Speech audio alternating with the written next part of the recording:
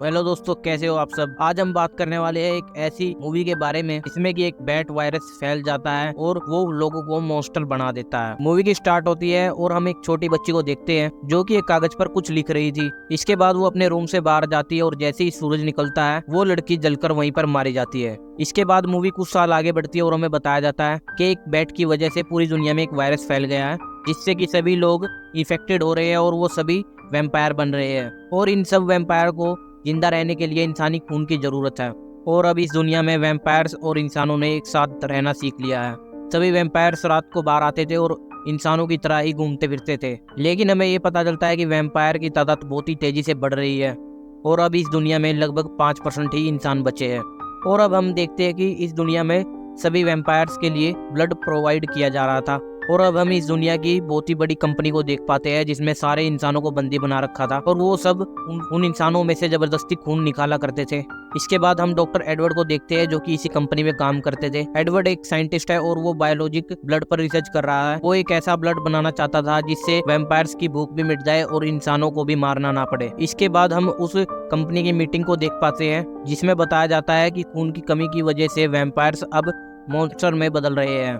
इसके बाद उनका बॉस एडवर्ड को बोलता है कि उन्हें जल्दी ही नए ब्लड को टेस्ट करना होगा। फिर एडवर्ड उन्हें बोलता है कि अभी उस ब्लड का टेस्ट करना बहुत ही ज्यादा खतरनाक हो सकता है, लेकिन उसका बॉस नहीं मानता। जब वो उस ब्लड को एक वैम्पायर में इंजेक्ट करते हैं, वैम्पायर तड़पने लग जाता है और एक बॉम्ब की तरह वहीं पर फट जाता है। एडवर्ड निराश होकर अपने घर जाने लग जाता है, लेकिन रास्ते में उसका ध्यान भटक जाता है और वो गलती से एक कार को टक्कर मार देता है। और जब वो उस कार को देखने जाता है तो उसमें से एक लड़की एडवर्ड को तीर मार देती है। एडवर्ड कार में एक फैमिली को देखता है जो कि पुलिस से बचकर भाग रही थी, क्योंकि उनके फैमिली के पीछे पुलिस पड़ी थी ताकि वो उन्हें मारकर उनका ब्लड निकाल सके। लेकिन एडवर्ड उन्हें बचा लेता है। लेकिन जब एडवर्ड अपने घर पर वापस आता है तो वहाँ पर एडवर्ड को उसका भाई मिलता है। असल में आज एडवर्ड का बर्थडे है और उसका भाई उसके लिए एक प्योर ब्लड लेकर आया था, लेकिन एडवर्ड उसे पीने से मना कर देता है, जिससे इसके बाद उन दोनों में बहस शुरू हो जाती है और एडवर्ड का भाई गुस्से में आकर उस बोतल को फोड़ देता है, जिसकी महक से एक मॉन्स्टर वैम्पायर वहाँ पर आ जाता है और उस खून को चाटने लग जाता है। एडवर्ड उस मॉन्स्टर को देखकर बहुत ही ज्यादा डर जाता है। मॉन्स्टर इंसानों समेत वैम्पायर को भी मार सकते थे। जैसे ही वो मॉन्स्टर उन दोनों पर हमला करता है तो तभी एडवर्ड उसको मार देता है। कुछ देर बाद वहाँ पर पुलिस आ जाती है और जांच करने पर पता चलता है कि ये मॉन्स्टर कुछ दिन पहले एडवर्ड का माली हुआ करता था, लेकिन खून ना मिलने की वजह से वो एक भयानक मॉन्स्टर में बदल गया। इन सब के जाने के बाद एडवर्ड के पास वही लड़की आती है जिसको एडवर्ड ने बचाया था। इस लड़की का नाम आर डेरी है। इसने कार के अंदर एडवर्ड के एड्रेस को देख लिया था, तो ये भी पता चल गया था कि एडवर्ड एक ब्लड का डॉक्टर है। वो एडवर्ड को बताती है कि उसके पास इस बीमारी का इलाज है और वो उसको एक एड्रेस देकर वहाँ से चली जाती है। अगले दिन एडवर्ड का मालिक उसे बताता है कि जितने भी अमीर वैम्पायर है वो सभी असली खून की डिमांड कर रहे हैं, इसीलिए उन्हें सभी इंसानों को पकड़ना होगा। के बॉस के जाने के बाद एडवर्ड आर्डरी के एड्रेस पर बताए जाने पर वहाँ पर पहुंच जाता है, जहाँ पर आर्डरी उसको एक इंसान से मिलाती है जो कि पहले वैम्पायर हुआ करता था। और तभी वहाँ पर एडवर्ड का भाई भी आ जाता है,